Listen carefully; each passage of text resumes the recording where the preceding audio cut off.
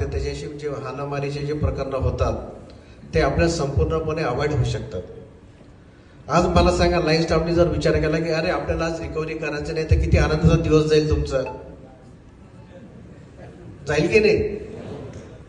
मग smart meter मध्ये लावायला आपल्याला सर्वांना मदत करायची आहे.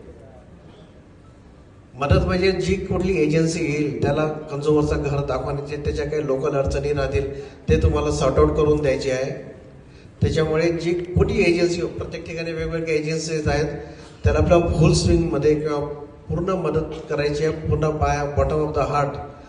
स्मार्ट मीटर लागलं तर तुमचा बराचसा त्रास कमी होणार आहे. एक तुम्हाला सांगितलं, रिकव्हरीचा एक मेन इश्यू कमी होईल. नंतर तुम्ही रिकव्हरीला जाताना तर बिलाच्या तक्रारी राहतात, बिलाच्या तक्रारी राहणार नाही, कारण त्याला स्वतःलाच रिडिंग दिसणार आहे की माझं दररोजचं कन्झम्पशन किती आहे. आपण त्याच्यामध्ये एक प्रोव्हिजन करतोय की त्याला दररोज संध्याकाळी मेसेज जाईल की तुझा दिवसभराचा कन्झम्पशन एवढा आहे आणि महिन्याभराचा कन्झम्पशन तुझं किती आलं, म्हणजे बिलाची तक्रार राहणारच नाही.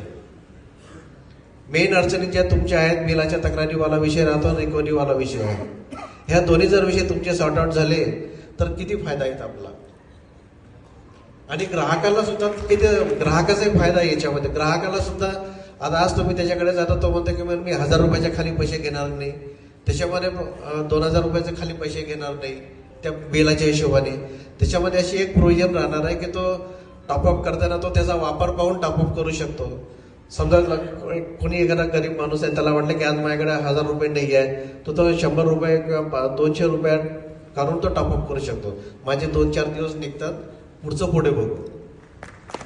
म्हणजे किती फॅसिलिटी तुम्हाला कंझ्युमरलाही राहणार आहे, तुम्हालाही राहणार आहे.